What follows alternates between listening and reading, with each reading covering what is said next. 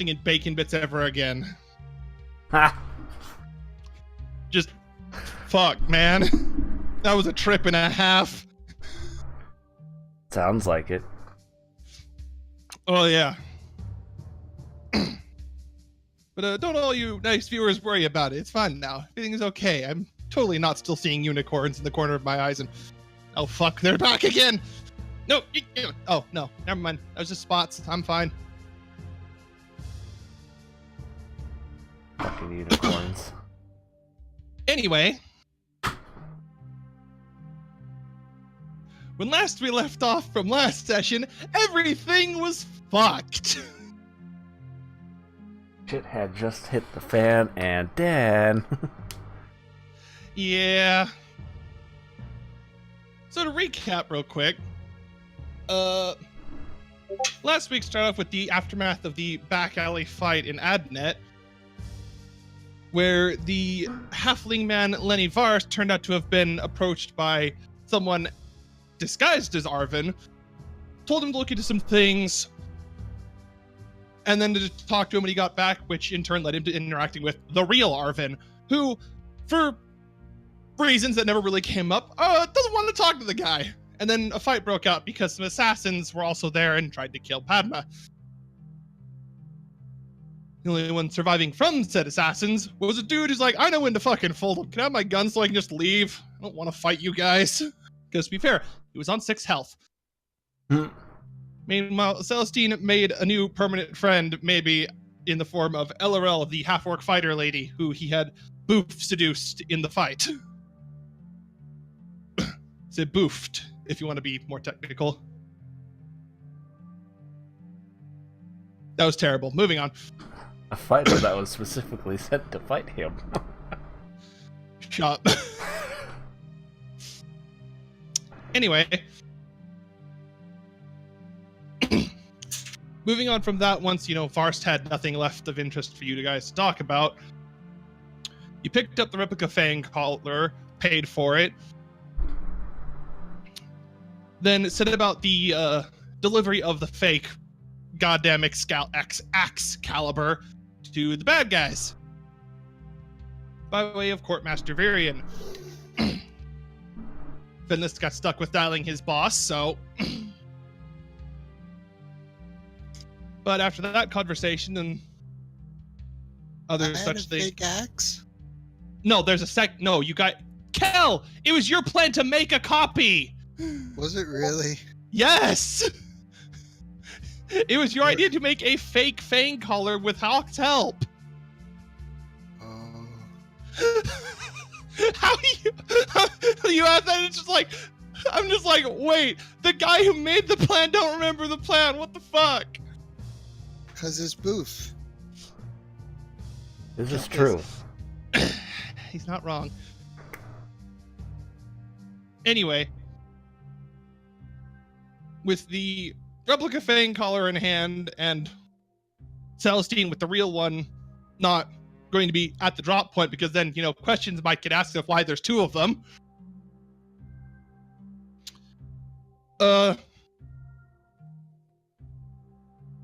You guys found out from Virion that his, well, I wouldn't say associates, it's more the evil assholes who have his family. We're like, all right, bring it here in like 4 days and, everything's square with us. Said place was the capital city of the country of Tekna, which is hell and gone from where you guys were in Nexima, which was Adnet. But fortunately, the party acquired an airship, so you just gathered up your stuff, made sure the lizards weren't going to, tear up the place in the trip, and just flew off. Made it there in about 3 days. Arrived and then started planning for, going down to the drop-off. Plan shook out to Terrain, Boof, and friend of Boof, LRL. We're going to be watching for more cronies coming in, while the rest of y'all, disguised in whatever way you possibly could successfully. Or in Arvin's case, just turn invisible. And go to the drop point. With Virian, with Giacchio carrying the fake fang collar, the replica fang collar in a guitar case. When you got there with Virian, he got let in basically fine, and then he was met by the sight of his wife and son, who were excited to see him after they hadn't in months, with the wife in particular noting that he was busy with work and wanted to make it up to them by bringing them to a carnival. Virian didn't know what the fuck. Very, very confusion. And then about 30 feet to the left of the entirety of just everything that was happening there, some drow carnival master was giving a speech in front of the big top to a mass crowd of people.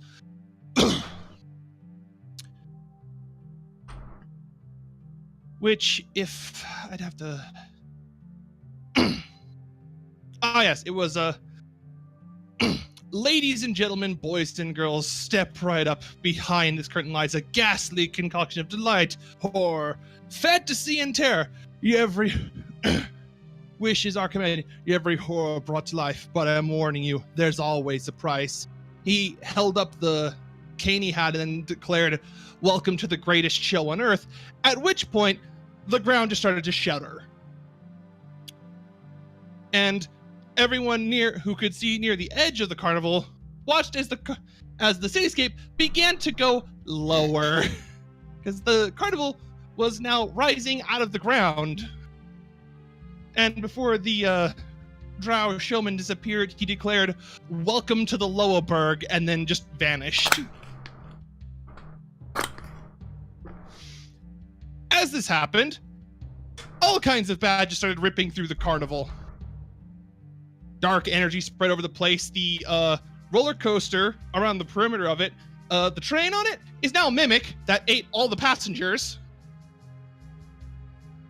There are zombies and demons and other terrible things running around. The security seemed to have just been some, guys actually on the up and up, so they started trying to fight back.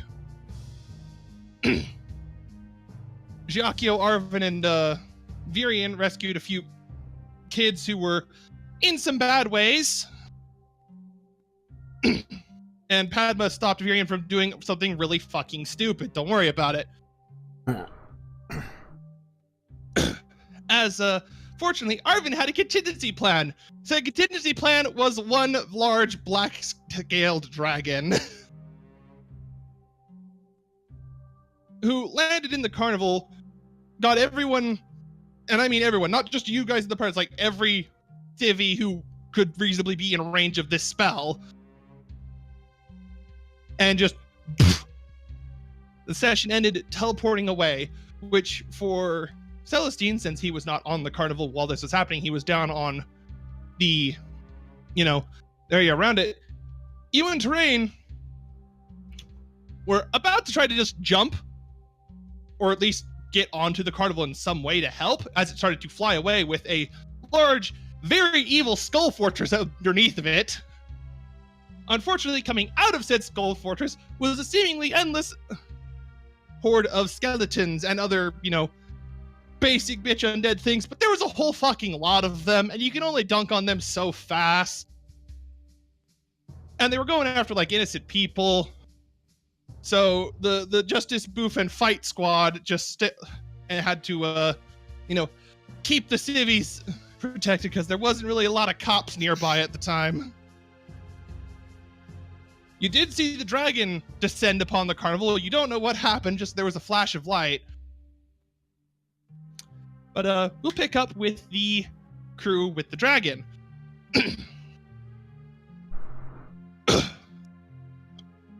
Your eyes are kind of stinging from just the sudden flash of light. And you're looking around, you hear, a lot of confused people, some kids crying. like parents looking for their kids, stuff like that. You also notice the dragon's gone. Very, very, very obviously the dragon is no longer there. And you're in a warehouse, very big warehouse. And standing upon a very large teleportation circle. And judging by the amount of heavy shit around here, you assume you're in a shipping depot. Or at least it seems like a very reasonable explanation. Especially since it looks like some effectively mailmen are like running towards like this horde of people who just appeared in their business.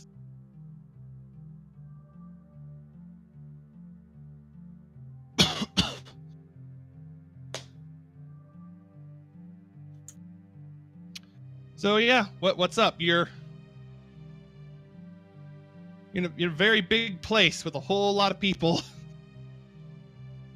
However, by chance, would you happen to know where Evelyn, I'm assuming that's Evelyn, sent us? Oh, you asking Arvin? Yes. Arvin? I mean, you can ask her herself, and he gestures to his left, and there she is standing next to him in her half-drow form. And she's just like, waves. Oh. Not big anymore. You're not big black-scaled dragon anymore. Where did you send us? She just like claps her hands for herself. I don't know. I looked for the closest teleportation circle I could find when I cast that spell. And it seems it would be this one. You have a spell that just sends you to the closest teleportation circle? That's kind of scary. She just sort of smiles. You learn a few things over the years. Fair enough. She's also like, it looks... no. Never mind. I will say this though, she looks a little uneasy as she says that.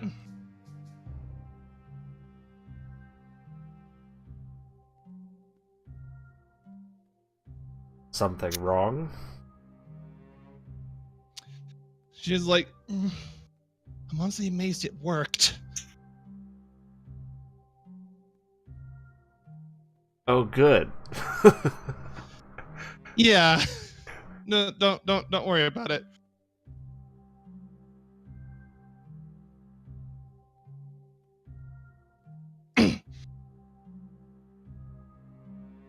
You can hear some of the like confused people talking to the like couple of just warehouse post office workers who are just like, what's going on? You hear this like very confused, just like clamor starting to rise as the cluster of people closest to them is trying to like ask for answers. But these guys are just like, we just fucking move. It's like you basically these dudes just move boxes, so they don't know what the fuck. Should we explain to them what happened? Try and calm them down a little bit, or at least explain why they're here. Why they're here seems like a good start, says Arvin. Before they freak out and ruin those guys' day. Possibly. And Arvin like looks past them and well, at least they have some backup, and he gestures past the two guys, and there's now several like workers coming towards them. One at least looks better dressed, so you assume manager. It's like another 3 or 4 guys just hustling across the warehouse.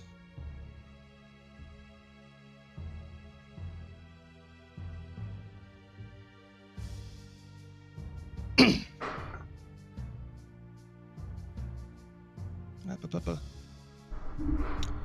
me see about this. Did I have that? Oh, I do have that. Good to know.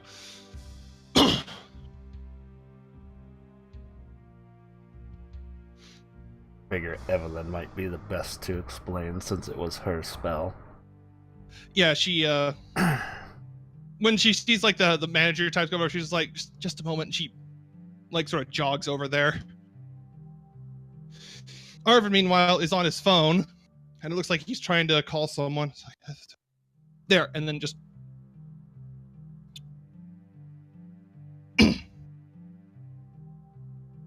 Shame Jana's not here. As far as we know. Yeah.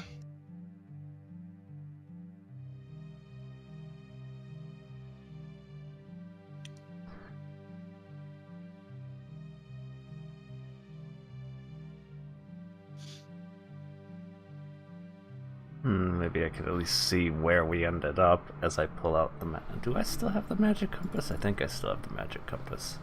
Yeah, you've never got rid of it, and you're the one who had it last. Okay, yeah. In fact, I think I you couldn't had it to remember. begin with, no matter what. No, I'd gotten it from somewhere.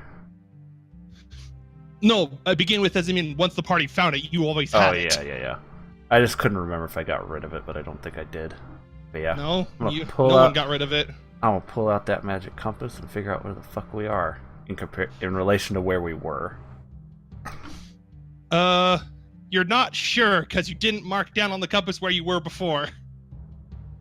Well, we were in the capital city, weren't we? Yeah, this doesn't show. It shows a topographical map. That's it doesn't right. show you like a globe appears. It tells you where you were, where you've been. Fuck.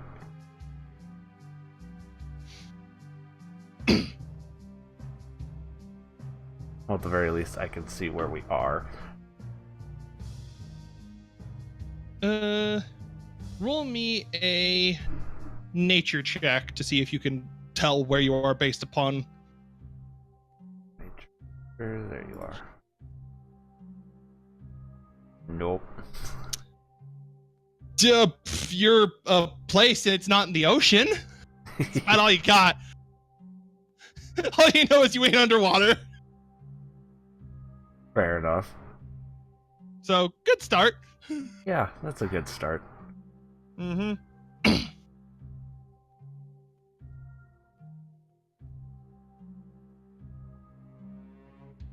And hold on, I need this.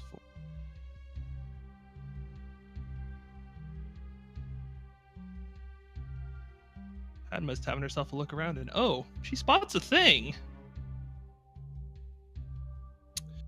She sort of nudges you, Giacchio, and indicates a couple of people. Am I crazy or do they look familiar? I look at them. You see two very familiar redheads. One of whom looks a little fucked up. Twinsies. Yeah, it's Roy and Rhea from Dragon Roar. Of the two of them, Roy looks a bit more like something hit him and he lost whatever that fight was. He's not like, bleeding out or anything, but he looks like he picked a fist fight and lost. And his sister's just like wrapping some bandages around like his arms.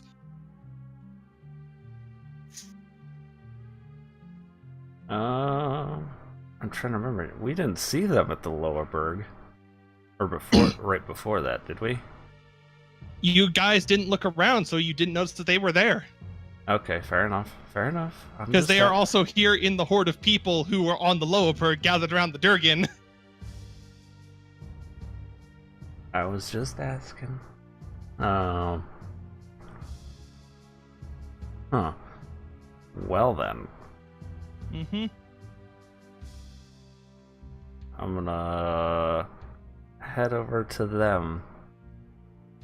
Okay. One second, have a pizza.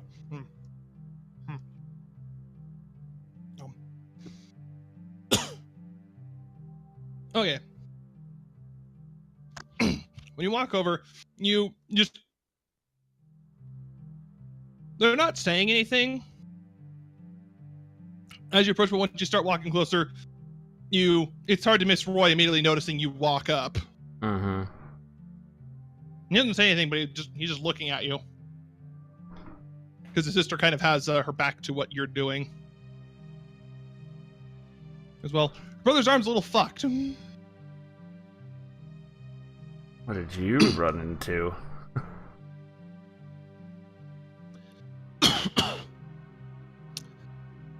Whereas, like, kind of stares at you for a second, then goes to the past.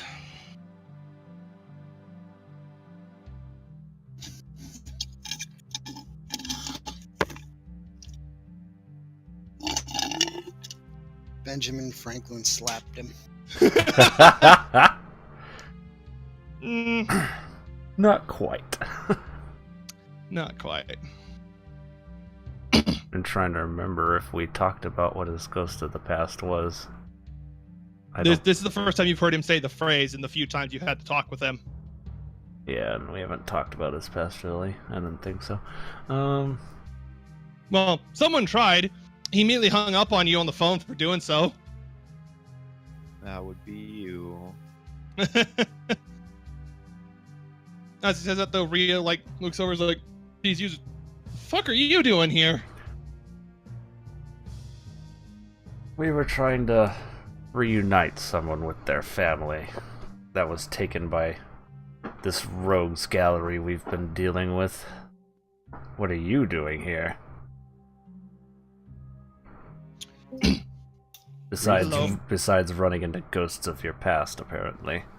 Darian. Have I missed much? I'm sorry, I'm late. Don't worry about it. I'll catch you up after we're done with the stuff we're in right now. Okay. Roy doesn't, like, say anything. He just, like, looks away and he stays really quiet. His sister... We used to work at that carnival back in the day.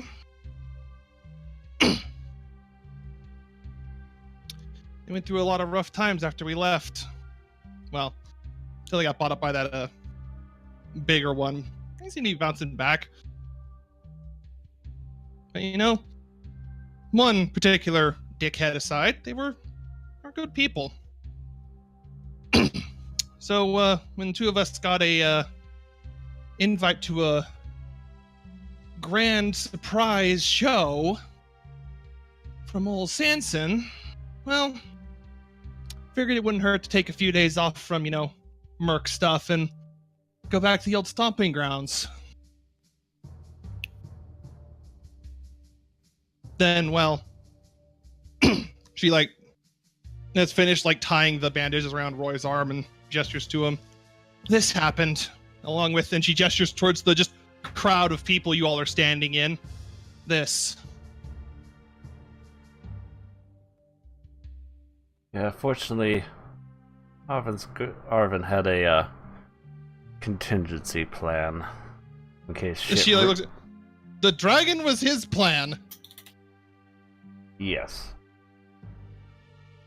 He has history with that dragon. Ah, he's fucking her. Gotcha. And Roy just, like, smacks his sister a little bit. Be nice. Roy's just like, she just looks at him, just like, shut up, Roy. She might not be wrong. I don't know. It's his business. Roy's just like,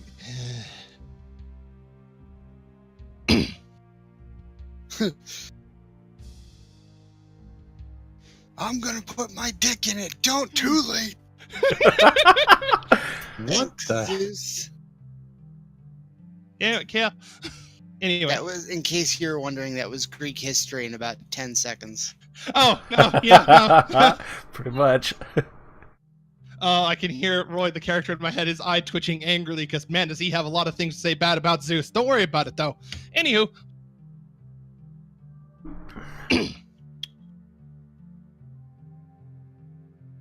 He just, like, kind of rubs her arm a little bit and then looks back at Chiakio. So, family reuniting? What?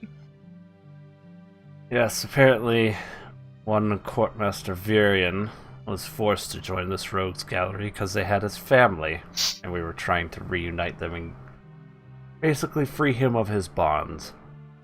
Mm-hmm. And that's what we were doing there. Huh. Told us to meet there. He was greeted by his family, and then shit pretty much immediately started hitting the fan after that. Yeah, that would, don't... I'm just gonna venture a guess here, because you probably saw the guy. About yay tall, dressed like, big top carny, top hat, all that jazz, big cane, looked kind of like a key. We killed a guy like that. He had a bigger hat. Not quite. 1 second. She's basically describing the guy who was doing the announcement, right? Yeah, she's describing the drow guy. Yeah, we saw him. Yeah, that would be Care. Oh, goody. Care is a terrible name. K-E-R. It's Greek. For what? Murder? Honestly, I don't know. I just know it's a Greek word. Also, to be fair, it's a pseudonym. What's a synonym? Pseudonym, fake name.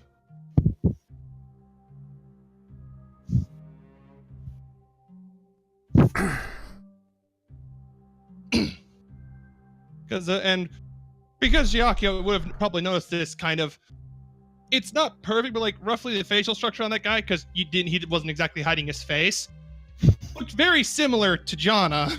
Just, well, a dude.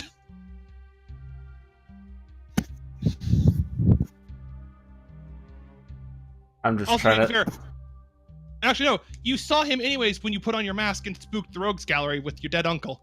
Yeah, so I would recognize him from that. Yeah, it was that same guy. I'm trying to remember if we found out his real name or not. It was, like, out of character, I know his name is Jonah. In character, the name of the guy who was putting on the big show was Jonah. So, I could see Giacchio making the reasonable leap that if this guy caused it, he was the one playing the show, and we know his name.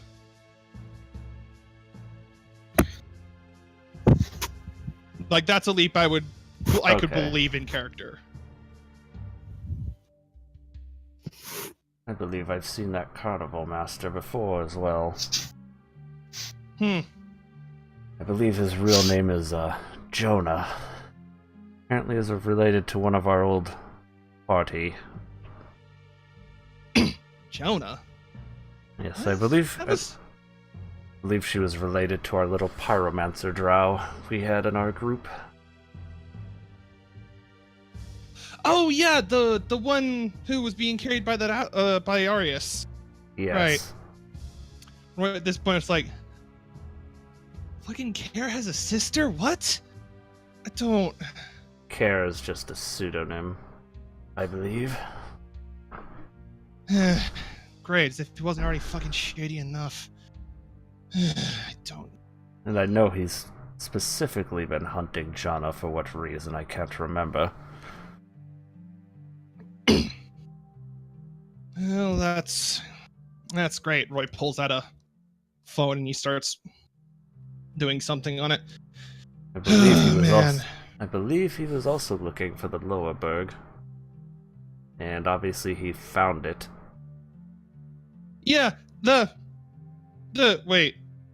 Let me roll this for Royan. Oh, he knows what that is.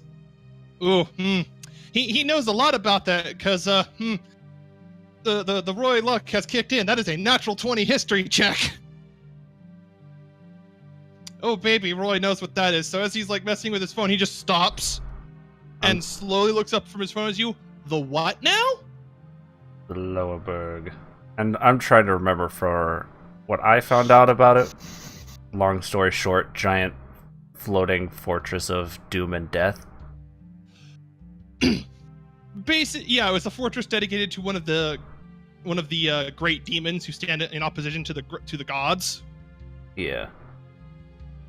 I personally forget which one because I don't actually have it in my notes now that I look at it, which is annoying. God damn it, past me. But it belonged or was connected to a demon in some way, so it's bad. Yeah. Roy knows all of this and a bit more, but don't worry about it. He's like, the fucking... His phone, like, actually drops from his hand, and he just, like, puts his head in his hands. Oh my god, I knew he was fucking insane, but the goddamn Lowenberg, are you kidding me? I wish I was. And Rhea sort of like smacks him, keep it down, don't freak out people. You might not be the only one who knows what that is. Or it's like...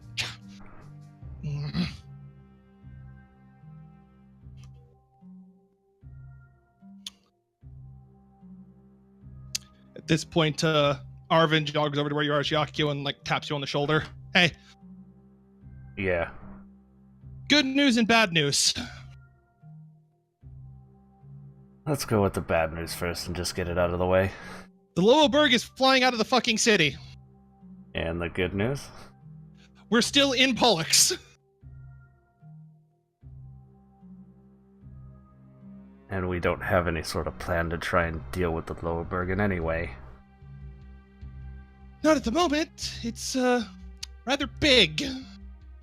And we're, like, picking up his phone. It's like, yeah, no shit, pal. Fucking puts we the have phone away. Durgan friends.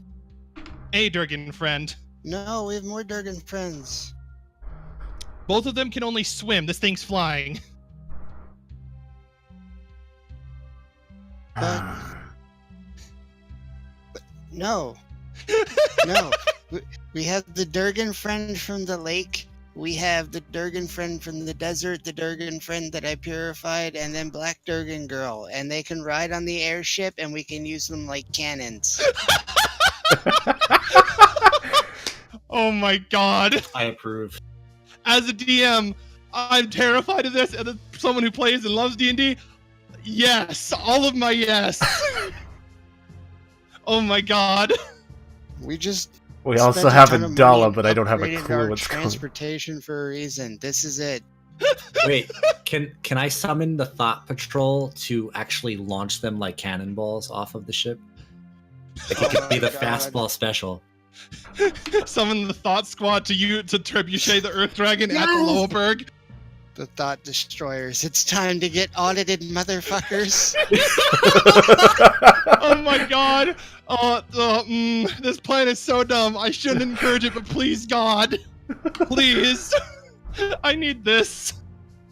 To bring it back to where we're at, though.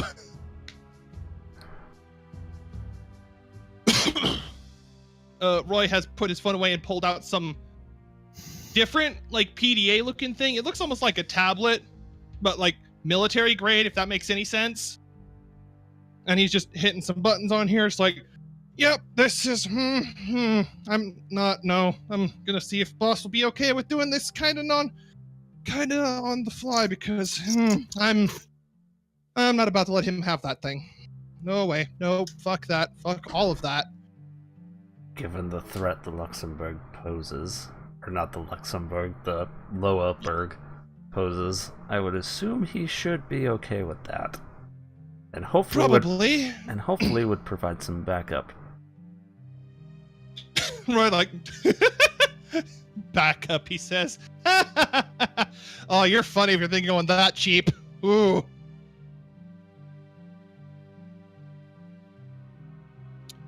As he's like messing with it, he like sort of stops and your fire affinity friend wouldn't happen to be named Jonathan, would she? Yes. Oh, well. He like turns the PDA around. You see a request from that name to deal with the Lowenberg on his PDA. Seems someone's gonna pay us to do it anyways. Well then.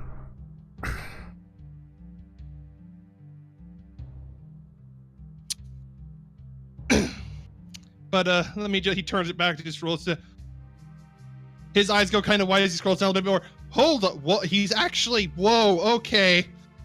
Okay. He just turns off PDA, puts it away, gets up. We need to get out, open, place, other, not here, move. Why? As I proceed to start moving. He's like, he shoves you back, grab your rest of your friends, let's go. Alright. I have been grabbed. Well, for the sake of brevity, you eventually retrieve Evelyn from having to explain things to a bunch of to the dudes who are it seems like whoever this manager is, he knows what the fuck to do to calm down a crowd. Because he's getting people, everything. He's got the shit running like clockwork as you guys are starting to head out the door en masse. And fortunately, it seems LRL knows how to drive the bus. Because as you guys like starting to walk out of the giant like post office warehouse, you see the bus just like roll up and the door opens. So you just get in, and Celestine is sitting like right behind her with his head out the window. Chips for everyone. Mm-hmm. As we do get on the bus, I do ask Evelyn, how's Ndala been doing, and would she be able to come? I personally think a little extra firepower might be needed in this situation. Mm. Mm.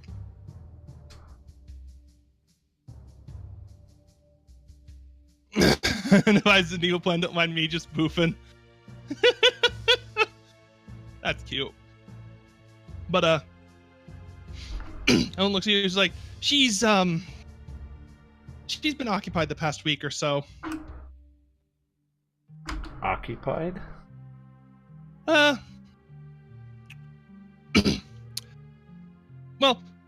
someone got her kind of mad, so she's dealing with that. Oh, and let's dear. just leave it there. Someone got her mad. Oh, goody. Yeah. Yeah, anger the lightning dragon. That's a totally good idea.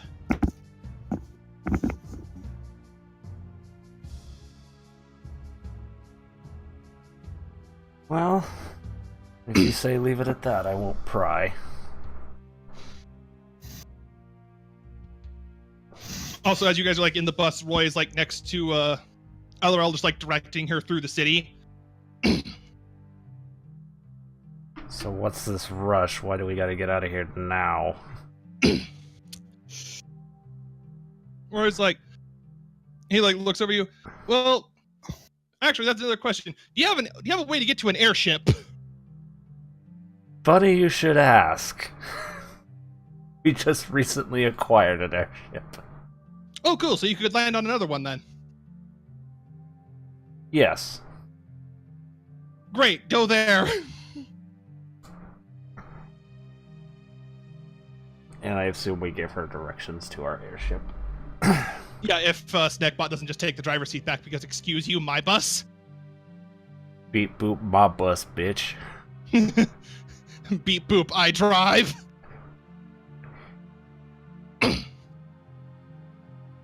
Either way, you guys get back to the airship, get back to the Bismarck, and take off. Rhea is slightly distracted by the amount of large lizards you have and gives some meat, because big lizards are pretty.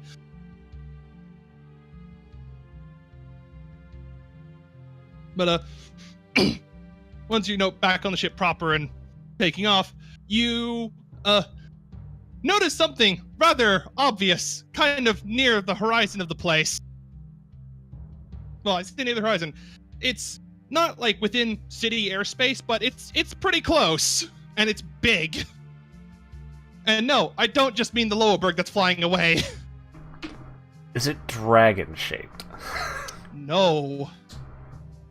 Oh shit. The fuck is that? It looks kind of like a small flying aircraft carrier. Oh. Well, it's just like, yeah, head towards that, because that's what the rush is for. Okay. Then let's go there post haste.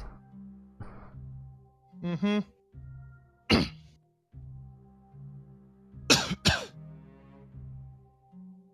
All right, then Snackbot will pilot the ship, and as you go, you get a better look at this, like, monstrosity that's just flying in the air. It looks like it should be able to launch like Gundams. Honestly, it's again, it's I didn't describe it as an aircraft carrier for no reason. It's roughly the size, just flying, and bit heavily armed, not just for deploying ships. It's kind of like the big flying airships from the Avengers movies. It's about like that thing.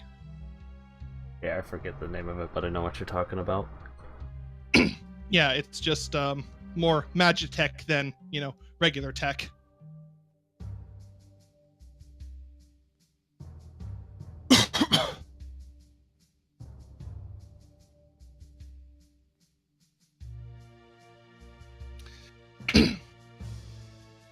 And Roy just immediately gets on it pulls out his PD and just starts talking to it like some well,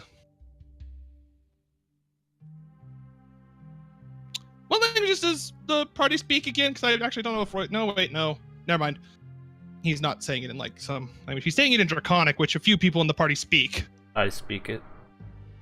Yeah. Me too. Mm-hmm. So everyone who doesn't speak Draconic, Roy's just like about like that. It sounds like there's this like deep throaty. You wonder how the fuck his throat isn't being just destroyed. To those who do speak Draconic, it's just simple like, hey, we're ship coming to land, and then he stops and like looks at you. What's the name of this thing? The Bismarck. Turns back and then back to Draconic. The Bismarck. Ivan just sort of adds on, and I might have some backup for the whole issue we've got going right now.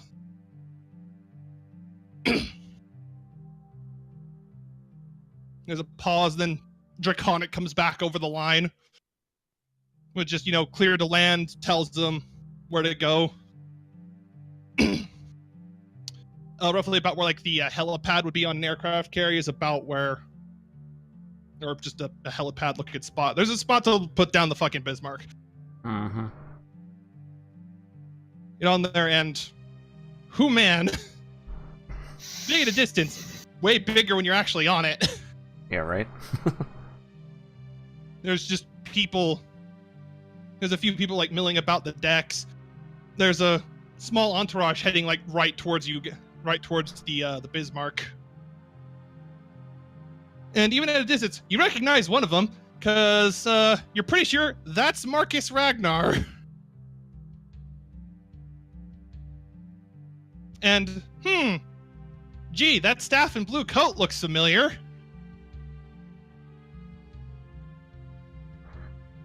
Well, we finally found our little pyromancer. Irvin's just, so it would seem. Padma, hey, she's not dead. Yes. Thankfully.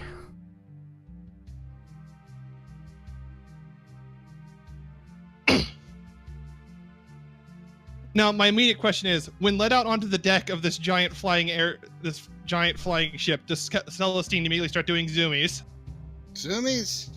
Okay. Have I not done zoomies on our new ship? No, your new ship has landed on a bigger ship. Yes. Now we can definitely do what I want to do. Quick, get us 3 more dragons and then fuck up that evil castle.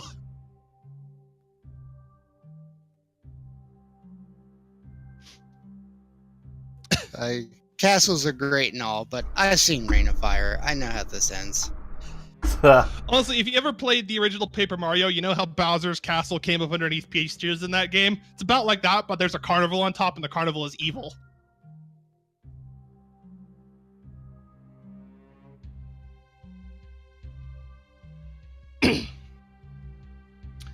So once you guys, I assume, file off the Bismarck to meet the entourage approaching. Mm-hmm. Yeah, it's Marcus, it's Jana, and it's Victoria.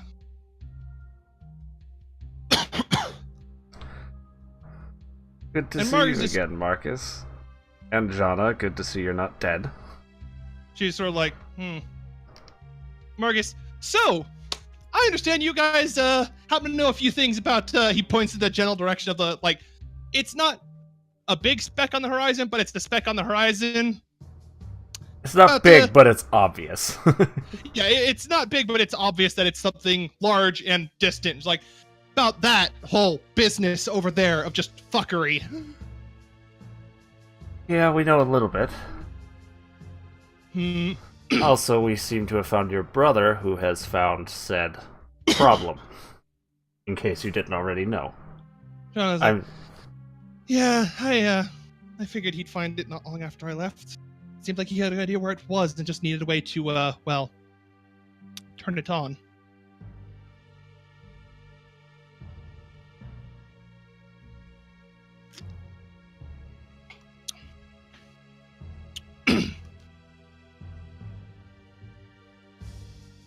Which Pam was like, well, this is going to be a wonderfully entertaining conversation, I'm sure. That's Which Mark is just, usually is when it involves just bad. Lots of bad. Roy just starts walking past, just he looks very casual about it, even as his voice just sounds really dark. It's all kinds of bad wrapped up and awful. So he just keeps going. Yeah, Marcus, that about looks sums at him, it up. and then looks at Rhea. Is did he hit his head or no? He got hit in the head a lot, and yeah, this is gonna be a long briefing. But she taps her foot on the deck of the ship. Was the Guardian really necessary for this? And Mark's listen, Demon Castle. You think I'm not gonna bring out the big gun? Rhea just looks at him, just that's a fair point. Also, Hmm? I just chime in real quick. Also, I'm of the opinion that overkill is highly underrated. Rhea just immediately pivots to Rhea and Victoria both pivot towards you, and in perfect unison, don't encourage him. Just both of them flat, disapproving mom voice. Don't encourage him.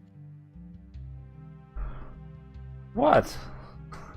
I'd rather have more than enough firepower than go in under-equipped. I'm just gonna go make sure he doesn't get hurt and jogs after her stupid brother. Victoria, still letting the PDA, sort of brushes the hair out over a little bit. Well, it seems it's going to be a long briefing. Shall we begin? Or, well, get somewhere better equipped for it than shouting on the deck of a flying ship.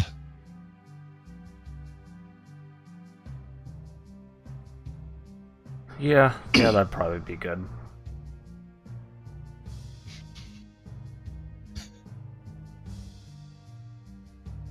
As you guys start walking away, LRL is trying to wrangle Celestine and is basically just chasing him around the ship, or the giant deck of the ship. Oh my goodness. As we're heading toward the briefing room, I'm gonna walk next to Evelyn and be like, I know I said I wouldn't pry, and this is the only question I'm gonna ask. Do you know who pissed her off, just in case it happens to be relevant in some way? She's like, actually, no, she didn't say, just that she was gonna go deal with some asshole. Alright, fair enough. That's it. Okay. Like I said, I said I didn't want to pry, but I just wanted to make sure this might not somehow be relevant to the rogues gallery or something. It's or somehow you pissed her off. Well, she has all the dokies for me. I don't know how she would have. Never mind. She's already on main. I could very easily piss her off. Yeah, no, she's plucking flowers. I hate him. I love him. I hate him. Anyway, you hear from the back as you guys are walking through just terrain, suddenly pipe up. Quite the citadel of justice you have, my friend. Marcus likes a bit on the nose there, pal, but it's a little bit easier for operating as independent bunch of mercs. He sort of taps on one of the walls as you guys walk along to not be tied down in one spot. Over the past few years, we've been upgrading to be a bit more mobile. I see. You get the sense that like Terrain is like having ideas as he's like looking around the interior of this place. Oh boy.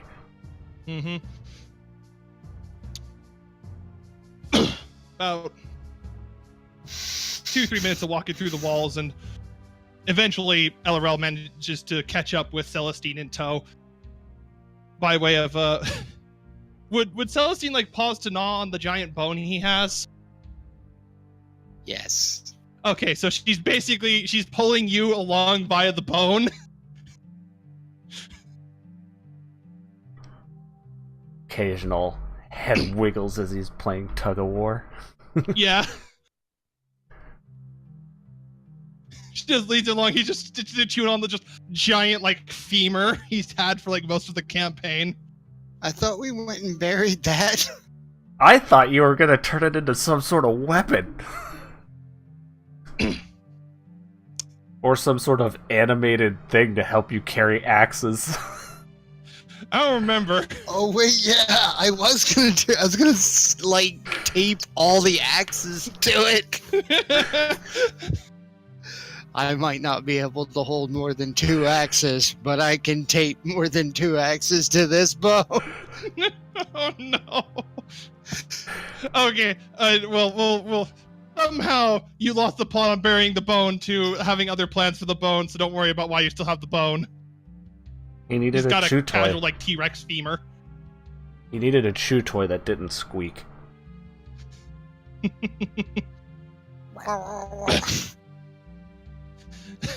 Yeah, LRL shows up with Celestine and just like playing tug of war with him. Got him! Got him!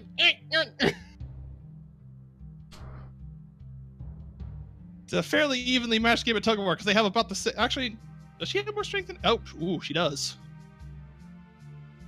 She has just a little more strength than Celestine. Impressive. Throw the stick, you monster. Well, she's trying to wrangle you because fucking like. We're going to a briefing, Celestine. Quit fighting. And you had the plan about the dragons. I did. My job here is done. My people need me. Oh God. So for the sake of brevity, most of the start of the briefing is just like, okay, is basically something with Marcus asking, okay, what the fuck? And then a lot of it is you guys recounting everything up to your going there, Roy and Rhea chime in with theirs. Then you get to Jana's business. Because, well, you guys haven't seen her since you were in Megas. Mm-hmm. Back fighting the Mecha Drider. Right around the time when you actually acquired Captain Justice.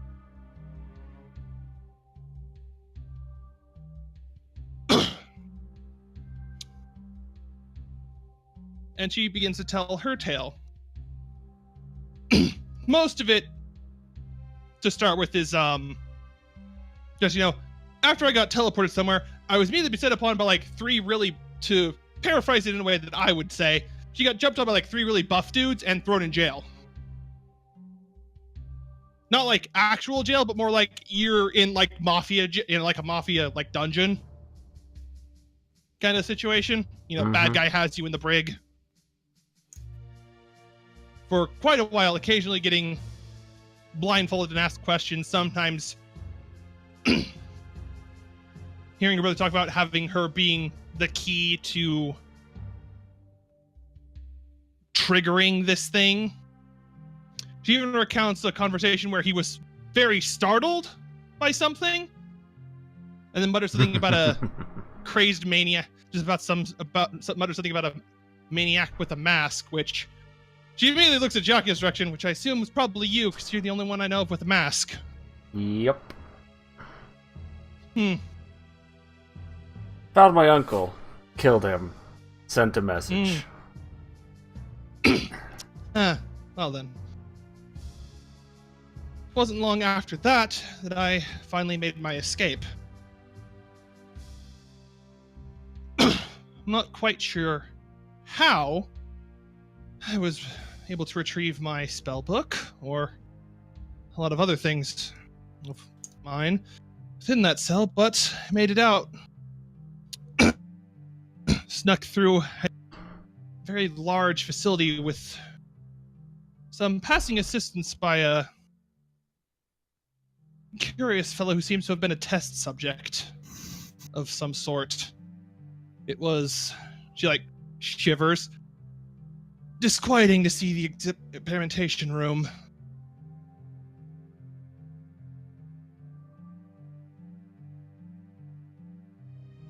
Oh, goody.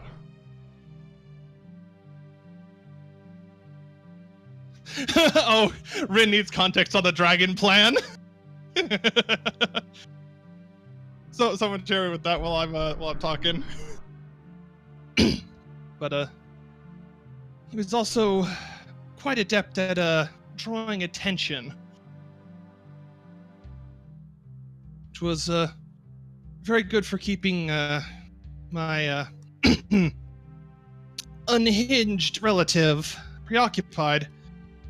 Before I, she just like does this little like flourish with her fingers and a little flicker of flame pops around it. I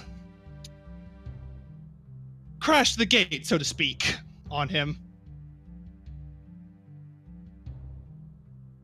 He survived, he fled, and then I made my way out and discovered I was in Techna. Took quite a bit of doing to get somewhere else, and passing interaction with a mercenary under his employ, and she gestures towards Marcus, who apparently came out of some place called the Heavens Breaker Sanctum, which, if you need context, Leo is the guy who was with you when you found Shayasha's lab. Ah, Leo. Yes, that was his name. He was kind enough to give me a bit of a ride out of the country and back towards his place of business in Draklin. Took a few odd jobs to build up a bit of a cash, and then set about hiring this lot to see if we couldn't stop Jonah from making further increasingly terrible decisions. Alas, it seems we were a bit slow on the upkeep, but, well, at least he's painted himself a very, very large target. Mm-hmm.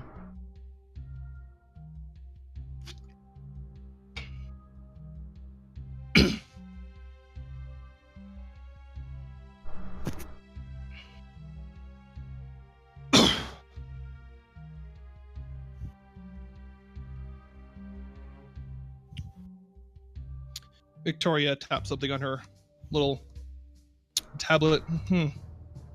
Well,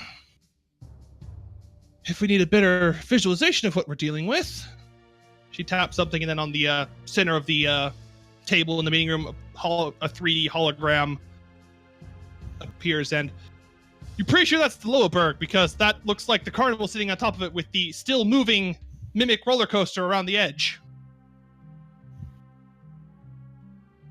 This is as much detail as we can get on our long-range scanners right now.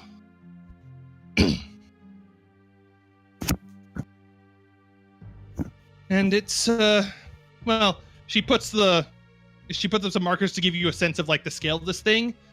The area around it, like, the total area of this place is, like, about 1,200 feet across. As for height, it's like 500 feet, counting the circus. This is not a small fortress.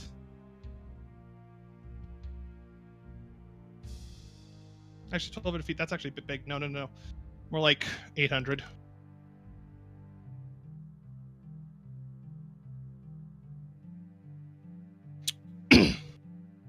joy. Something tells me ritual cast meteors aren't gonna be enough. You would need multiple people casting them at once, presumably. Not just, well, one mage. There's also the matter of these. And 5 points of light appear inside, in and around the Moberg. One's like in the castle itself underneath. The other 4 are spread around the carnival. Any idea what they are? Well, the one in the castle itself, we assume, is its heart, so to speak. What's, keeping it aloft. The other 4 can only assume... well, save for the one here, and she indicates the big top, which is in the center. That one seems to be more directly resonating with the other 3, and then she indicates the... Wait, no. Is it 3 or is it... Yeah, it's 3. I'm trying to make sure I make notes here. Resonate with these 3, because it seems that in the center is the way into the rest of the castle. Meaning if we want to do that, we'd probably have to get through the other 3 areas around the carnival. Give him credit, at least a multi-layered lock on the way to the source of your entire cunning evil plans. Power is at least better protected than most buffoons who are playing with powers beyond their comprehension. See Roy kind of lean forward, so...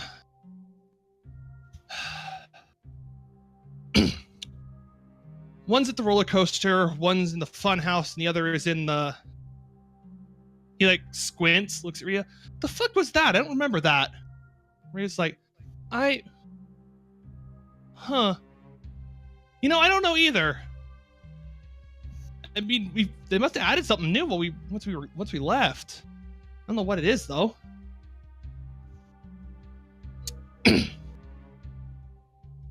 Victoria chimes in. I believe, based upon some research of the carnival itself, there was a attraction added within the past 2 years, a quote-unquote freak show. Nora's like, they went for that? Really? I thought Eckhart was a nicer guy. Apparently it wasn't his idea. Sort of a mandate from the top, as it were. Okay, that makes more sense.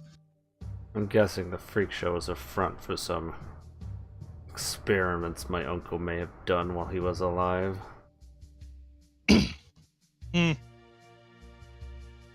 Just a wild guess. I mean, I hope you're wrong, because that's, even more fucked.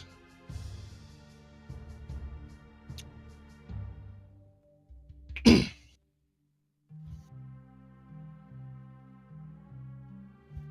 he's like, what about our, she indicates the, because, the thing is, moving, so you can still see, the mimic going around the roller coaster tracks.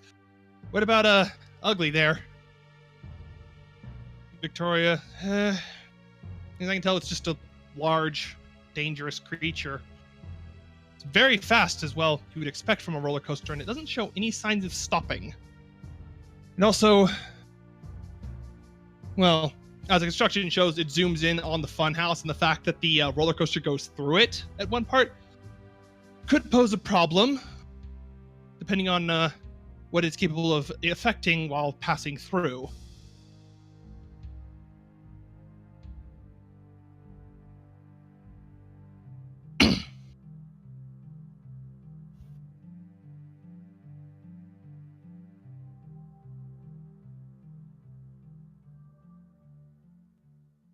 And John just kind of sighs. This is going to be a long day, I'm sure.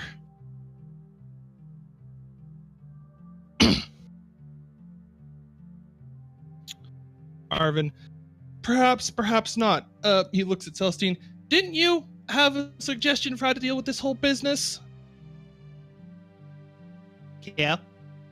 Get more firepower. Marcus like turns towards you. What kind of firepower? Nature's angels. We fight with the dragons. Marcus like looks at you. In fact, everyone present who was like from Dragon Roar or an NPC just like looks at you. Marcus is the first one to talk. So, you're suggesting we convince a few dragons to help us blow the fuck out of this place? I'm suggesting that they're already convinced. God knows how many experiments have been done on their kind by these people. Not to mention the ones that we've individually freed. I was like, oh, there was the shark one in the lab. And then, Arvin, and the one at, Celestine managed to purify. And the one in the desert when we got our kids back. How about them just like bounces the place, starts coming out. Oh, and the nice one, Daneslave, in the water.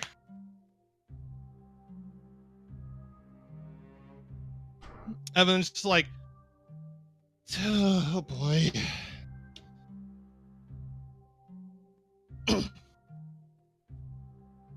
I mean, sure, you throw enough dragons at a problem, problems do tend to go away because that's a lot of dragons, but...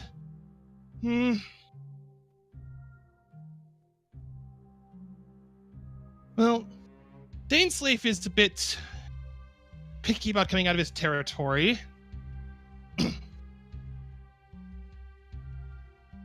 The one you rescued, last I heard of him, he was still recovering from his ordeal, so he might not be an option. Well, from the story I got out of him about what happened, he's, he needs, quite a few naps to, shake all that off.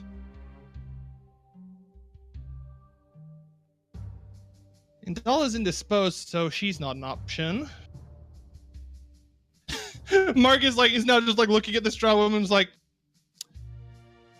and them I can understand because like helping. How are you just acquainted with some dragons?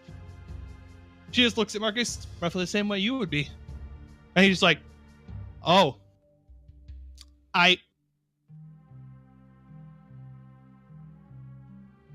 okay then. So, literally, like your first plan, instead of just like get in there and fuck everything up, get out, put on shades as it explodes behind us because we're too cool to look at it, is just get some dragons and blast it to hell. Look at the damage one did. What do you mean the damage one did? I was gonna say, isn't the only reason why some of us are alive is because of Arvin's backup plan? She teleported us out. She didn't start Yeah. blasting away at shit.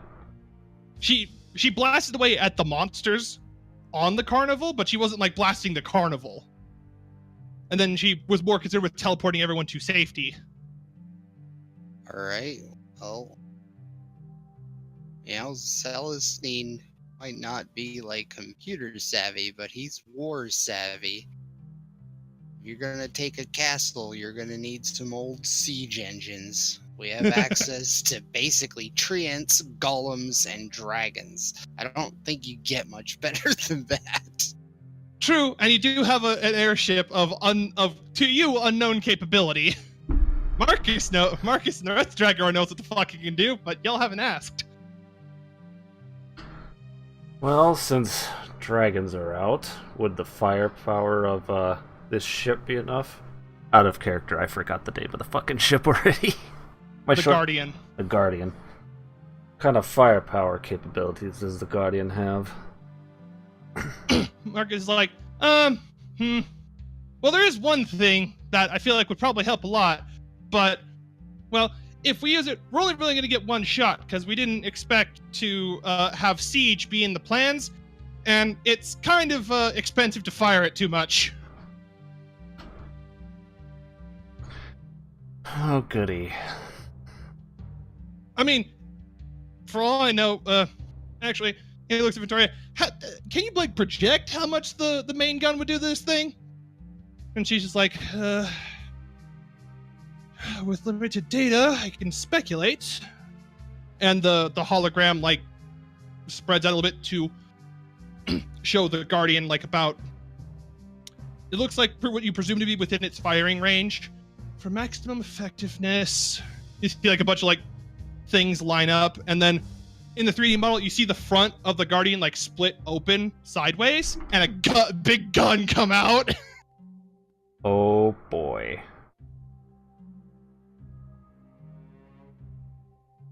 And with one shot, you then see the like simulated blast. Assuming no defense capabilities. See the blast punch through roughly between where the speculated heart of the Loeberg is and the where the big top is located, and just bore all the way through it. And we'll have to assume it's shielded from siege attacks in some way, so we'll have to take that down first, in any case. She was like, Victoria, not necessarily, depending on, well, that may or may not change. It depends on the strength of any sort of barrier. And she starts calculating. It resets to, you know, before you guys just blasted, before it got blasted, to putting up. It cycles through like several different strengths of barrier she knows of, and for most, all but like one of them, the main gun still just punches right through this fucking thing. It should be mentioned the highest level she knows of is no less than 5 9th level barrier spells at once. Well, we should expect the worst. Well, no, that's what she is capable of fathoming as just like a normal thing. She doesn't know if it has anything beyond that, but within the scope of what she knows, it's safe to assume that it's that level or better. No. To be on the safe side.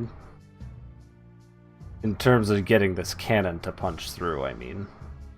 In terms of getting the cannon to punch through, like, I know characters like, none of you have any reason to believe that there is an actual defense, any defense on this thing, or what they are capable of if there are.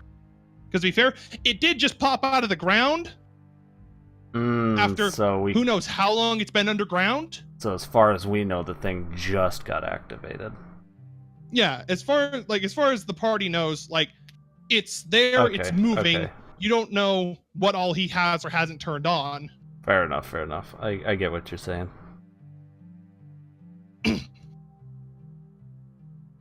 But now we'll get to Victoria. However, one simple way to test would be, and then you see a simulated little dragon appear, fly off of the Guardian, and shoot a few breath blasts at it. Like, one way to test its defenses would be to have a dragon capable of, you know, flying out, sort of look for holes, as it were.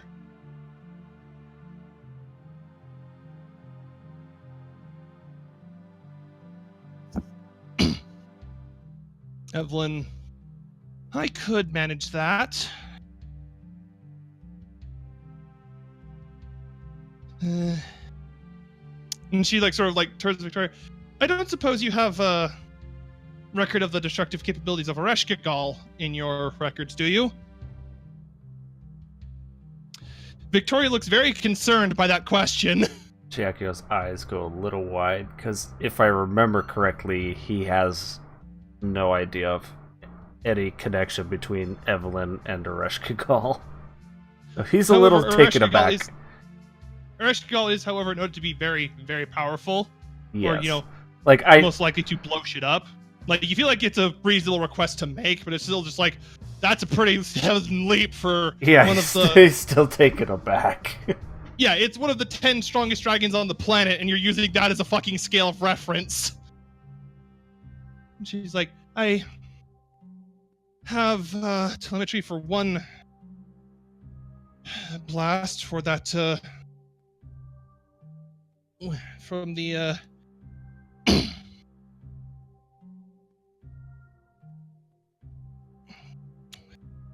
Zelvis incident with the, poorly chosen decision on the part of that one would-be dictator. The little dragon is replaced with what you assume to be a miniature model of Ereshkigal herself, and she big.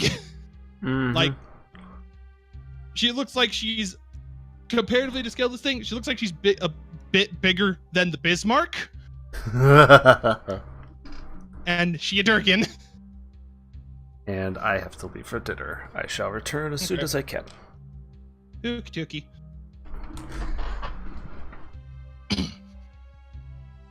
Some guesstimation on that. You see a few repeated blasts of Ereshkigal's impacting various levels of barriers. It stops when it hits about a 2 9th level mages, 9th level caster mages putting up shields on it. So takes more than a few really powerful wizards. To be fair, a 9th level barrier requires 3 wizards to cast it, and 2 of those it takes 2 of those to stop Ereshkigal's attack.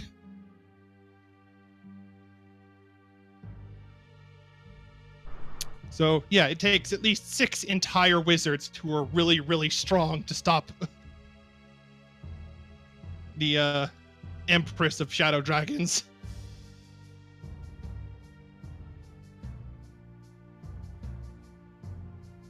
Also, since we have a second, and I never actually caught Darian up on what the hell is going on. To rewind a little bit, the party, after the dragon teleported them at the end of the last session, found themselves in a giant, like, effectively like the heavy shipping area for like a UPS. Okay. And there's a lot of really confused people. You discovered 2 of your old buddies from Dragon Roar back when you guys first found Gianna. Oh, wow. Okay. Yeah, Roy and Rhea were among the people teleported from evil bad carnival to relative safety. And you came in the middle of that. Oh, speaking of that, by the way, friggin' you guys didn't keep up with Virion, which also means that Giaco this whole time still has that fake Fang collar in a guitar case in the bus. And Virion is just, who knows where. You left him back in Pollux with his family. I totally forgot about him till just now. Shit. Oh, God. Let me sit down real quick.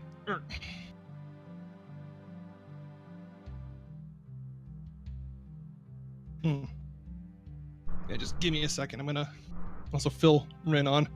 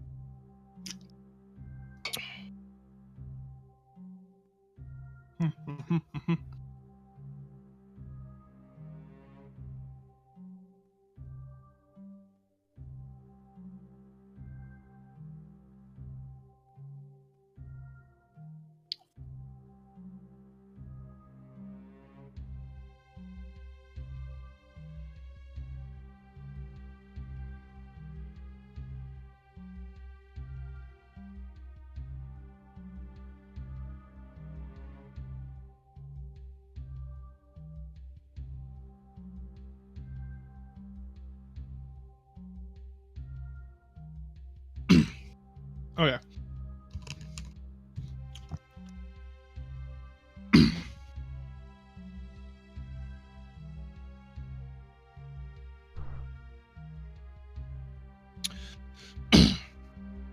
So where you guys are currently at is you have the big fuck off gun on the airship you're standing on. You could potentially call in a few dragons to help. You could land on the thing and then deal with it that way. Or, you know, some other fourth or fifth thing. But, what do you feel like pursuing?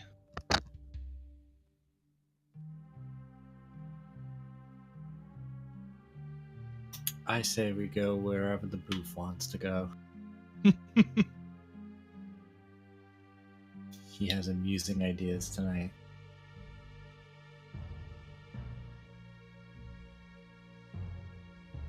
Well,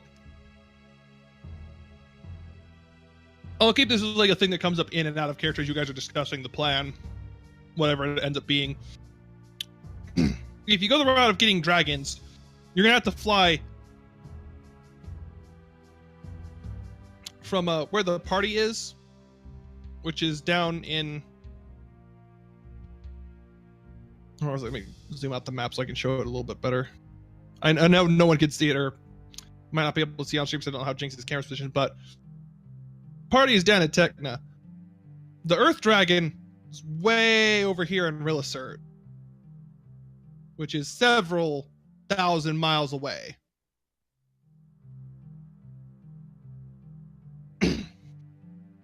There was the Shark Dragon over here, but you don't know where he left after he got out of that.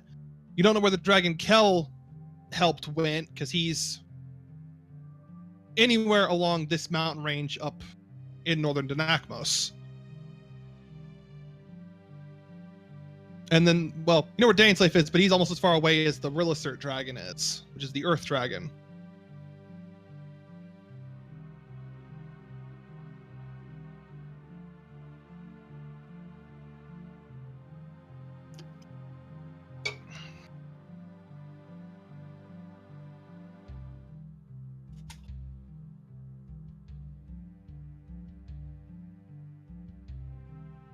Rin has a plan.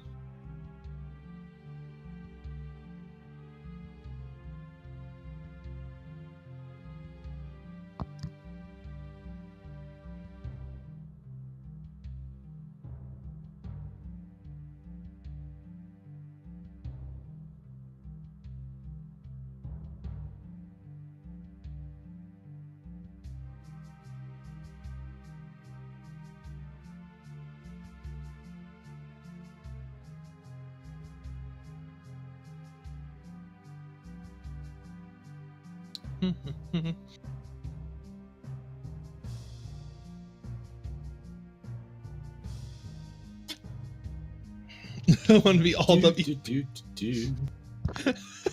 Right. I forgot Rin's plan where it's basically just like literally find a way to get terrain on there alone and just have him fight everything in the place. If I'm given a seat and popcorn, that is also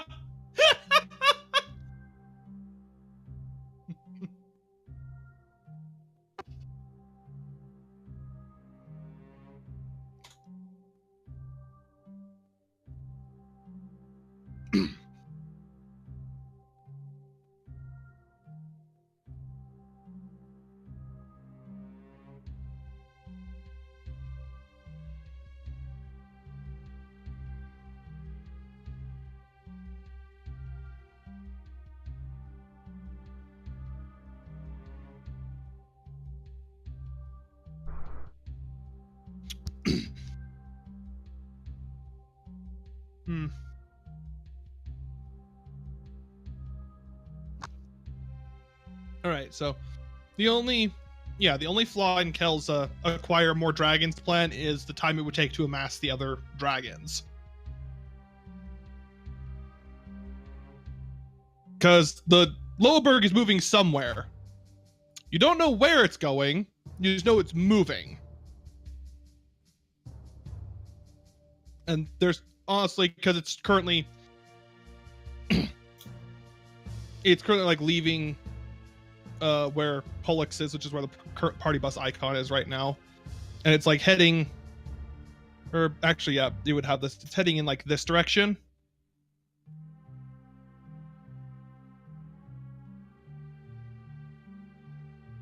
Although Jonna would straight up admit that she assumes her brother is aiming it towards their hometown in Darren.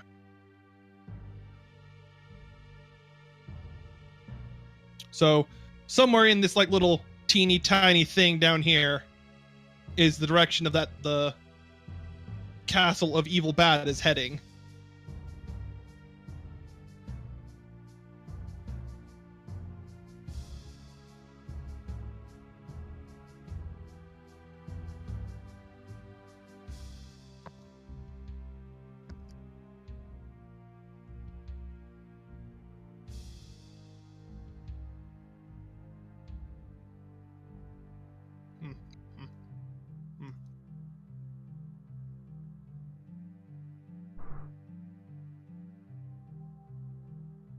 Also, I think we're just gonna like take a break until either Tori or Jinx gets back.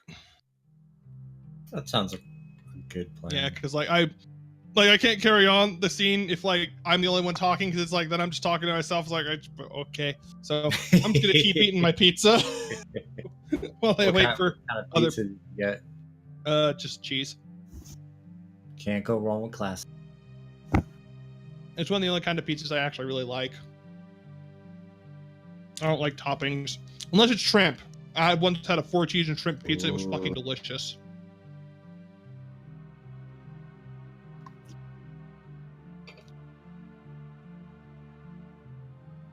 They weren't even like those little shrimp. Like, no, these things were like, like do like the okay hand gesture. They're about the size of like that whole like little okay part. They were big ass shrimp. So good.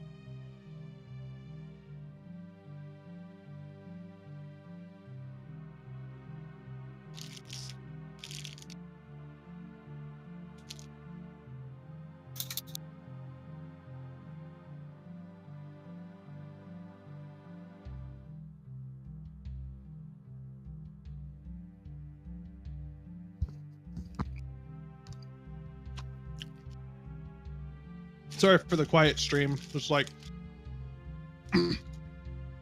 we just needed a break. So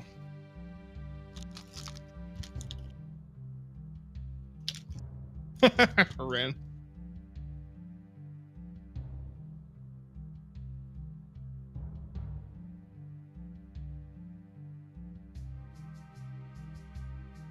Hmm.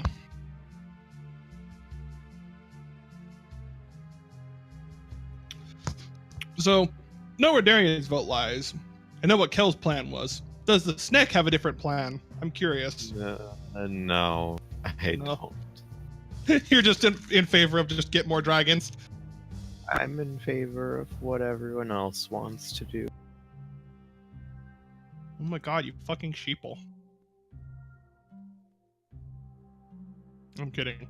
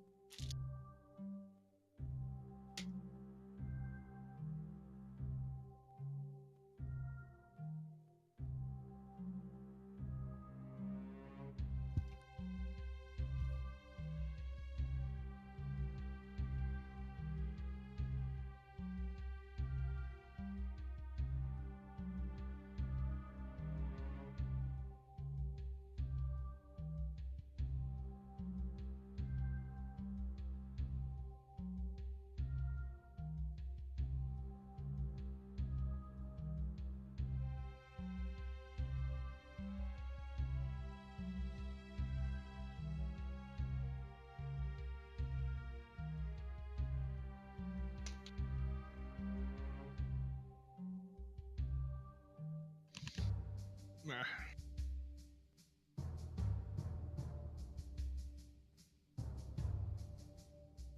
Trouble of having one of the talkative players wander off for dinner. So, I'm bored and trolling through Imgur, and I come across this thing of this person with a Patamon toy. Then they start to transform it, and it transforms into Magna Anchamon. Mm-hmm. That's historically inaccurate. Patamon digivolves into Angemon, and there is no warping to an ultimate stage. They can only warp to Mega, and the only ones capable of doing that were Agumon and Gabumon. This toy is garbage. Well, actually, in one of the movies, Patamon, well, Angemon warped to Seraphimon. It's fucking weird with how Digimon work and shit. Oh, hey, there's Tori. Twit. I don't know if the dragon plan has been discussed, but that won't work because it'll just bring the airship down out of the air. No, we were kind of waiting for either you or Jinx to get back. Because do you want me to catch you up?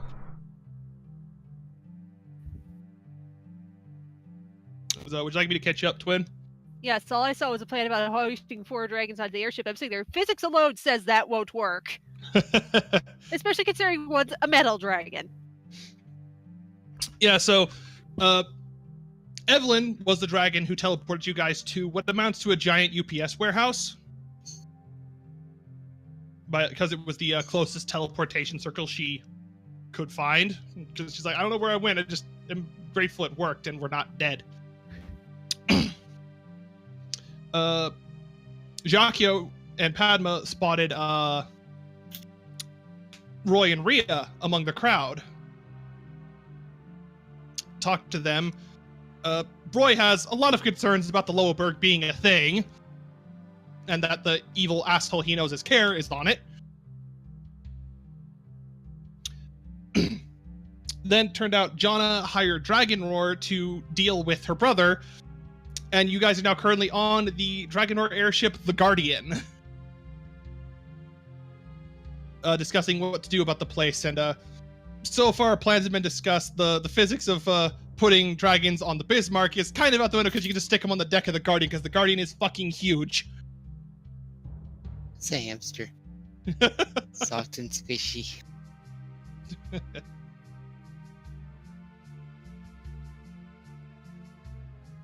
Also, I Also, Virion is still with his family back in Pollux. That's where you guys left him, because he didn't come with you when you went to the Dragon War ship.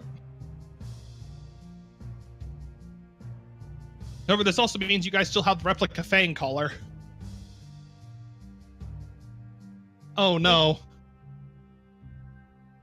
Oh no. You guys have the replica Fang collar. Celestine can now technically dual wield Fang collars. No. Oh no. No. No. I have fears. All of them are this boo.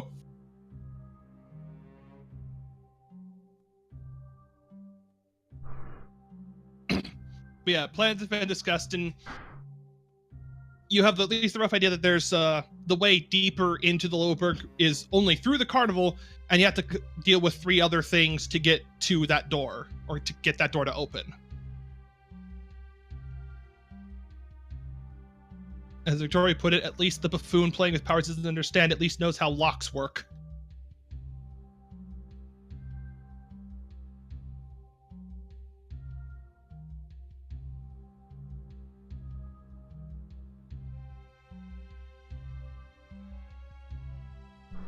So if you're not sold on the dragon plan, what plan do you propose? I don't know. I just got home, but that just doesn't sound like it would work physically. I mean, Bismarck's big. Actually, honestly, forget the metal dragon. The earth dragon was bigger. And she had babies. She's not likely to leave her babies. Yeah. And Evelyn noted that Daneslafe is out of the question because he likes his little stretch of the Ochin. It's his. He wants to stay there. And you also don't know, and the metal dragon is still trying to sleep off the whole I was corrupted as shit problem. Oh no, we lost the heck. And the shark Durgan is who knows where, because you guys didn't keep track of where he wandered off to.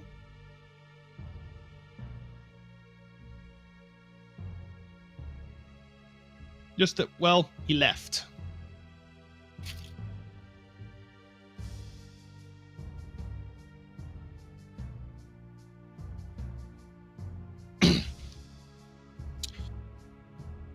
So one of the ultimate plans is to see if the main gun of the Guardian can punch through the Lowerberg, which, at least from what Victoria knows about it and the capacity of the gun itself, of the main gun itself, should work.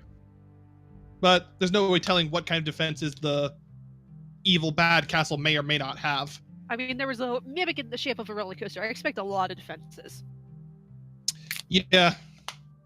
Because she also drew attention to the fact that the Mimic roller coaster is occasionally passing through the fun house, which is where one of the things you need to find to get the door open in the big top is. So eventually we'll have to fight the gigantic Mimic. If not in the fun house, potentially at the roller coaster's start point for the tracks, because that's also because something connected to that big top door is there as well. And then there's also apparently a freak show that has another thing in it. And then, well, there's the core of the Lowerberg underneath all the circus and bad.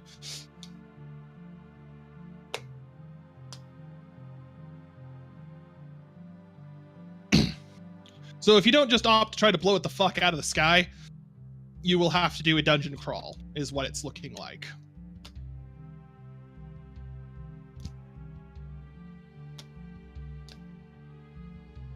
Like Dismal Darkhold, but with cheerier music.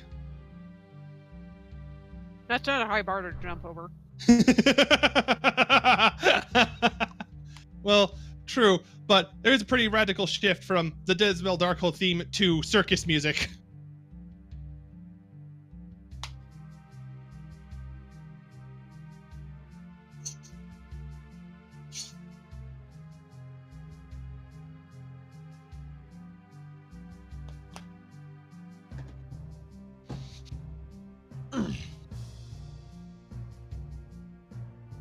Oh, yeah, and another thing, John is back and she's on the Air Guardian with you guys. I wagered by the fact that you said she hired her Dragonor to, take out her brother. Yeah. She got a trip. She recounted her tale of escaping from some mad science lab her brother had with the help of guy who was experimented on in there. And she apparently, before she made it out of the facility, she dropped a ritual meteor on her brother's head. He lived, but she still did it.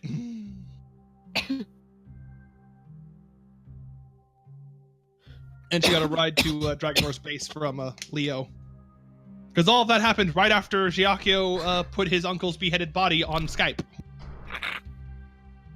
Mm-hmm. And I have missed what?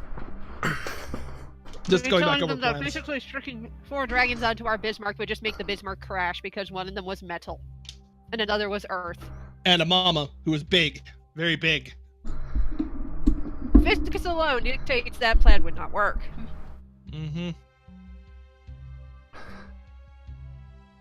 You also missed, that was another part of the plan. Kel had also at one point suggested using the Thought Squad to try to lob one of the dragons at the Loaberg. Yeah, that was. Come on, that's an awesome. I mean, to be fair, you are in a heavily forested area. If you do summon Thought Destroyer, his entourage, he will be able to pull out his entourage, so you will have 3 entire treants to use. And that, 2 Treant and 2 Bonsai Treants. Yeah, not a treant and 2 bonsais.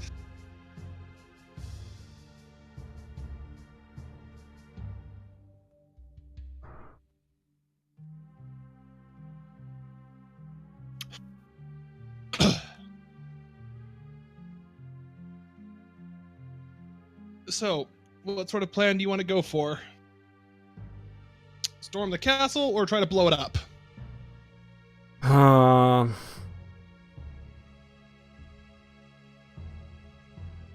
I, for one, am of the mind to try and blow it the fuck up.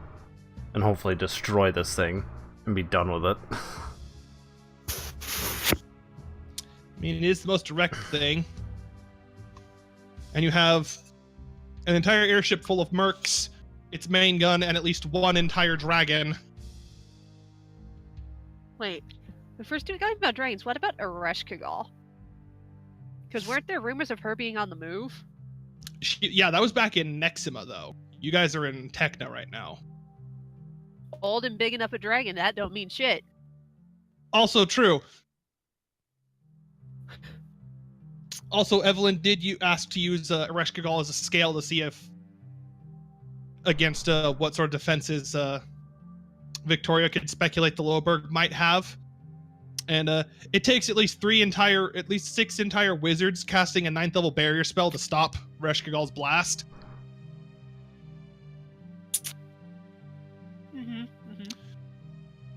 And that's as far as it takes. It takes like about comparatively 15 wizards doing a 9th level spell barrier to stop the main gun of the Guardian. Yeah. But that's more because the Guardian is a single focused beam, not Dragon Fireball. If you could condense Ereshkigal's blast, it would probably take a lot more than 15 measly wizards. Well, let me put it this way: we would have to nuke it in one go. Otherwise, since this is demonic, it might just fix itself. Plus, if we blow it out of the air, it'll fall and crash on something and cause more damage. Yeah, so... Well, it's Also, already it's, outside the city limits. It's outside the city, Falling and shrapnel. Well, we're not gonna obviously drop it on civilians if we can avoid it. yeah, you We're not also know, fucking stupid. Another thing, Jana was able to suggest that, knowing her brother, it's heading for their hometown, which from where the party bus icon is over here in Darren somewhere.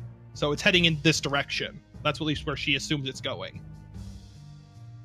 Okay. Because Brother Deer wanted to kind of get back at the assholes in their hometown.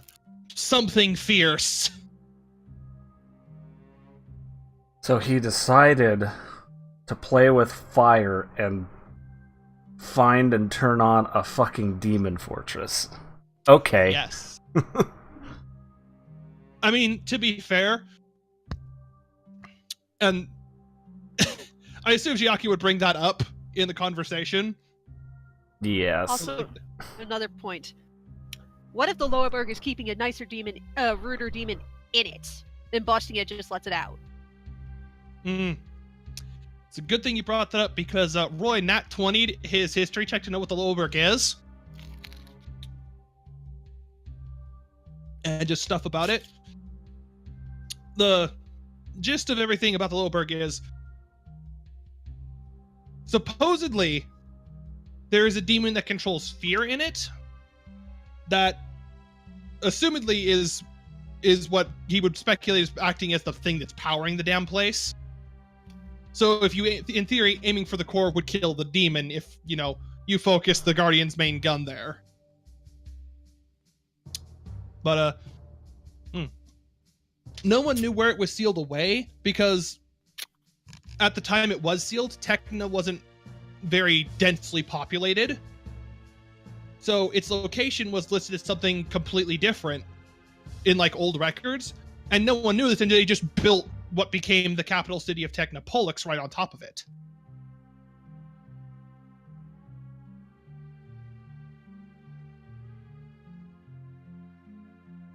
Yeah, so if they've got a demon powering this thing, even if we knock it out of the sky, there's still a good chance that it'll just repair itself and get back up. Well, in theory, yes. If nothing else, if we can find a way to put some sort of beacon where the demon is, basically laser guiding the main gun to shoot right at the demon and just obliterate the demon. Yeah. And Victoria's the one who puts forward this thing after Roy brings up the demons. There's says that Victoria is refining her little scan of the thing. An actual demon, in that case, of the 5 lights on there that mark all the different things that are, only the core and the fun house, or not the fun house, the freak show still have a light up a little bit brighter. These are the only 2 things that come across as an actual demon could be here. So the core and something in the quote unquote freak show. So if there is a demon, it's in one of those 2 places. Because I'm personally of the mind is we get in there and we gut it before we blow it up. Clear it out, destroy the remains.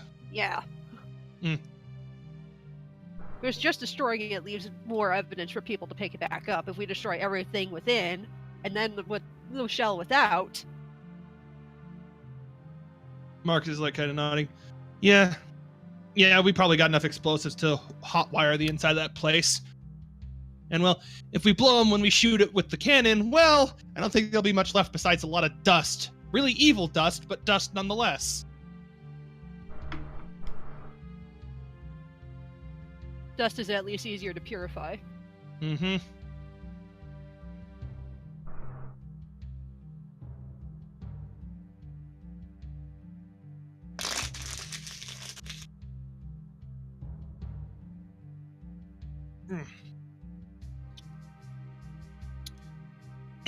In that case, Victoria trades from a 3D model of the Lowerberg with the circus on it to a map which has some 3 points on it.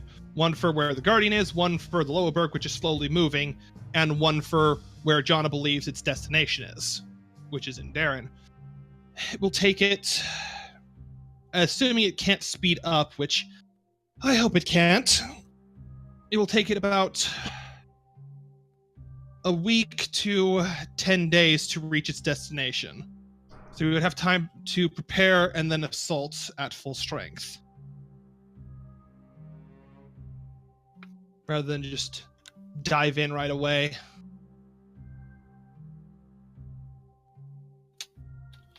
Well, that's my vote.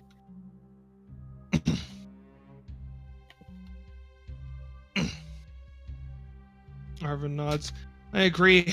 We better to make sure it's empty and then just be rid of what remains.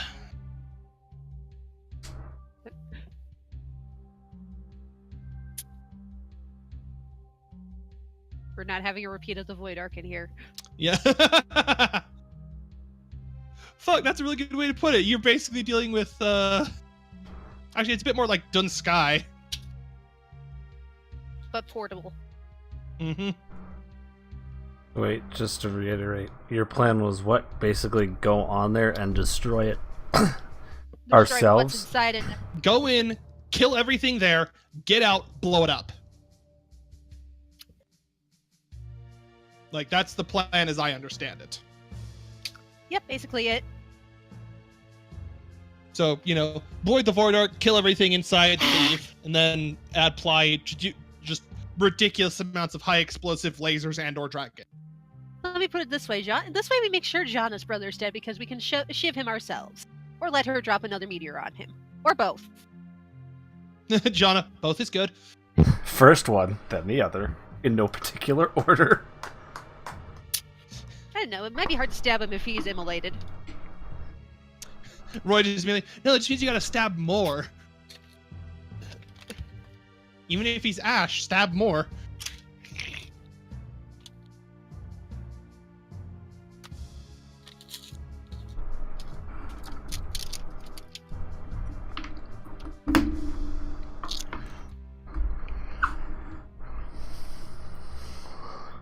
I would say your plan is good, but I still would also add the tracker for the demon powering the thing, because to power something that size, it's probably pretty powerful.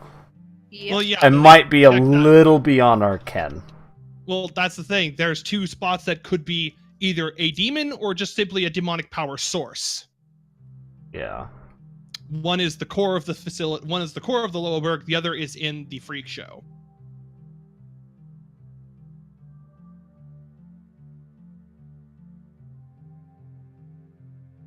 Yeah, if the thing powering it is an actual superpowered demon, I would much rather just kill it with the main gun. This is just the demon or demonic power source specifically. Yeah.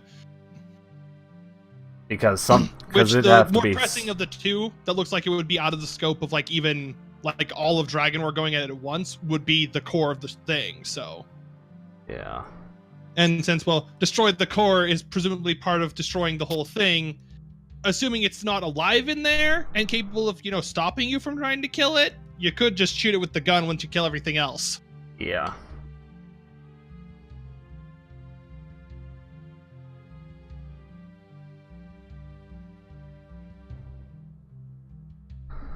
Yeah, I would be a go for this plan. Padma's plan, I mean.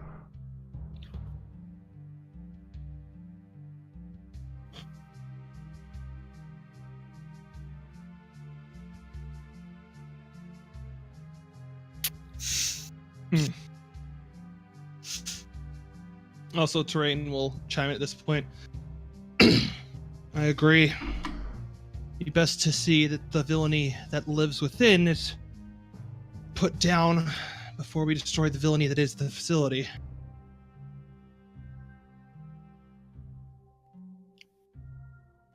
Mark is up. I was like, well, it sounds like we're going on and killing everything inside. I can get behind that plan. Just friggin'. Ugh. Oh boy, this is gonna be a lot of paperwork. Want to get started on that, Victoria? Well, we're, got a spare day to plan all this. She's like, yes, let's. She just, rather than have him fall around, she just grabs him by the arm and just starts leading him away. Just let's go, Mark. He's just like, You said this demon was a ruler of fear?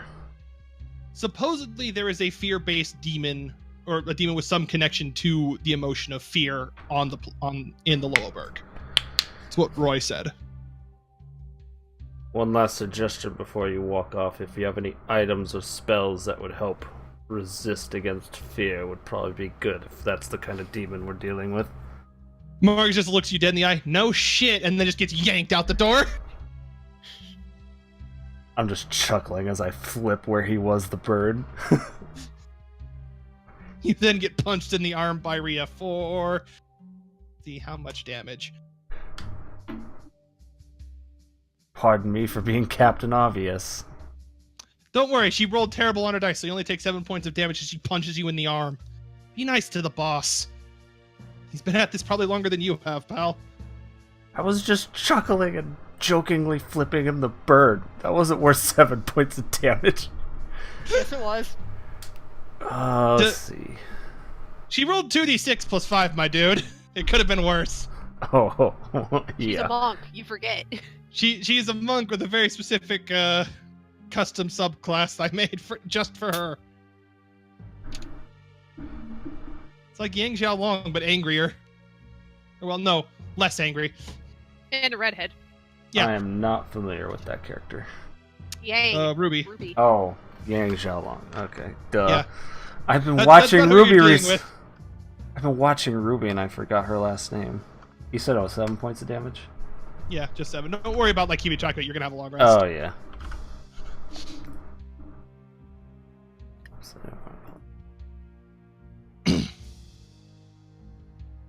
And Nora's just like, fucking hell. This is gonna... Oh, man. I'm just... And he just walks out the door. And he's like, don't mind him. He... Last time we saw Care wasn't exactly the fondest of memories. Let me put it that way. You just hear from down the hall, he's fucking terrible! Yeah, we kinda got that. Yeah, I kinda got that from the phone call I had when I was trying to figure out about the carnival. Mm-hmm. Out of character, I don't remember if I apologized for that, so I'm gonna do it now. Also, be sure to relay to him for whatever it's worth. I'm sorry for drudging up some rather painful memories. She looks you dead in the eye. I mean, right now, dude, you're small potatoes. So don't even worry about it. Still. I know, but I mean, she gestures into the direction she thinks Lilberg is because there's no windows in here in this story room, in this conference room. I mean, there's a lot worse right now involving that carnival. So I think you're fine. Fair enough. Just thought I would relay my sentiments. Wait a minute, has Yaku been thinking about that whole thing with the assassin this whole time as well? Yes. He's Between... like the immediate, it's kind of in the back of his mind right now, given the immediate threat of the Lowerberg, but yeah, he's been passively thinking about it. Oh, then you noticed, you would have noticed this when you saw Victoria.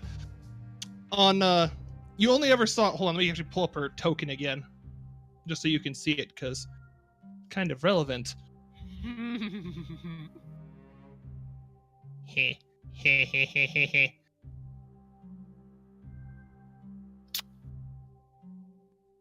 Actually, not her token. Here's her whole thing.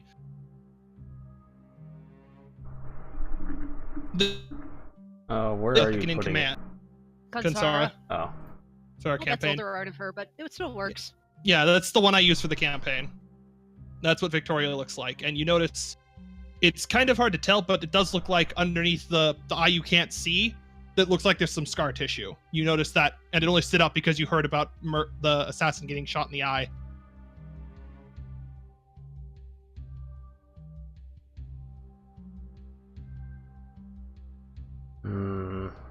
And she just walked off with Marcus. Yeah.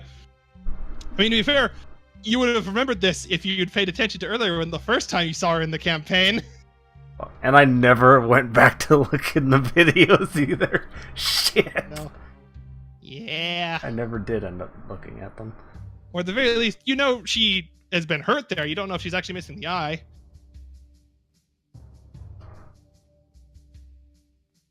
Black and white, but that's a more recent drawing of her. Curiosity's gonna kill the cat, and he's gonna go find Victoria. You're actually going to go look for Victoria right now. When she and Marcus are planning things. I mean, it won't stop him. I won't stop him if he wants to look. Does he want to look?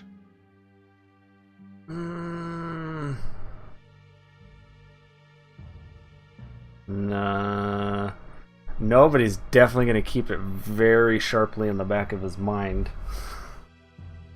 that he needs to find Victoria once the immediate threat's been dealt with.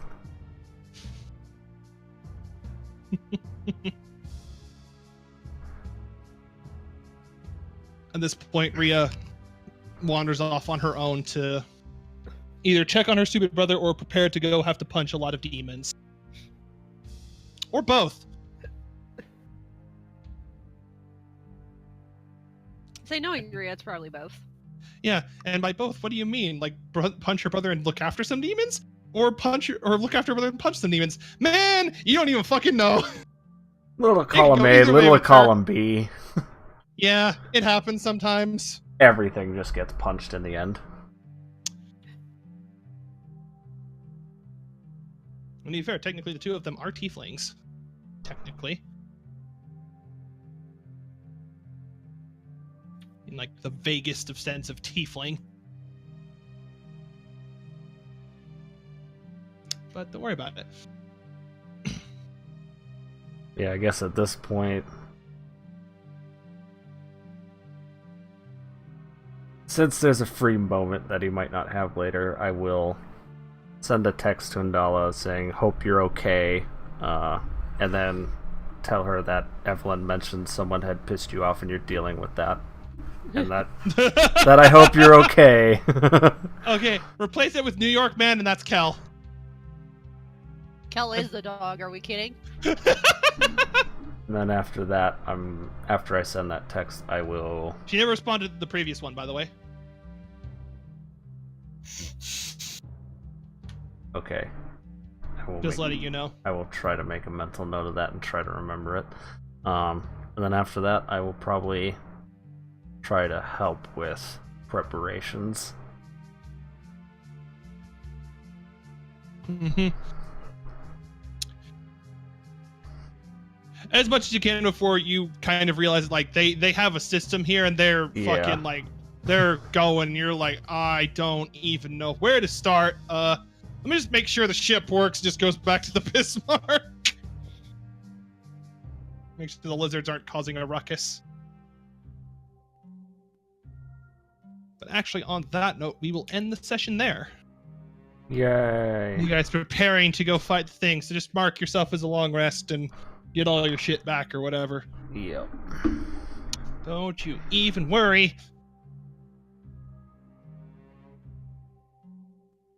Let me turn off this music. Boop. Close that, close that. That. And I shall return shortly. And I'm going to switch to the full screen cam because for immersion's sake and some people in our group do not have webcams, I do not run it. None of us run webcams because some of us don't have them or we don't want to show our face on stream and whatnot, which is okay. I think it helps a little bit with the immersion anyway, but I'm going to switch to my full screen cam here. As I thank you all for watching. Really appreciate y'all coming out. If you aren't already, be sure to hit that follow button and make sure you have notifications turned on. We do this weekly, barring any unforeseen circumstances like work hell and things of that nature. Starting at about 5 p.m. Pacific. And make sure you have notifications turned on so that way Twitch can yell at you when I do go live. I do also announce when I go live, as well as any other scheduled changes on my Twitter, which is twitter.com/jinxmcninja, as well as my Discord, which also is a great place to just chill and hang out with the community. Links are in the chat down, if I can pull away enough, down there, as well as down below the stream if you happen to be watching this later. We'll be live tomorrow afternoon starting at about 3 p.m. Pacific with our weekly raid with the Wings of the 12 raid group. And yeah. And then after that, I may or may not stream. I may or may not continue streaming after that just because I still have to cap and I may play some Assassin's Creed on stream later. So yeah, until then guys, peace.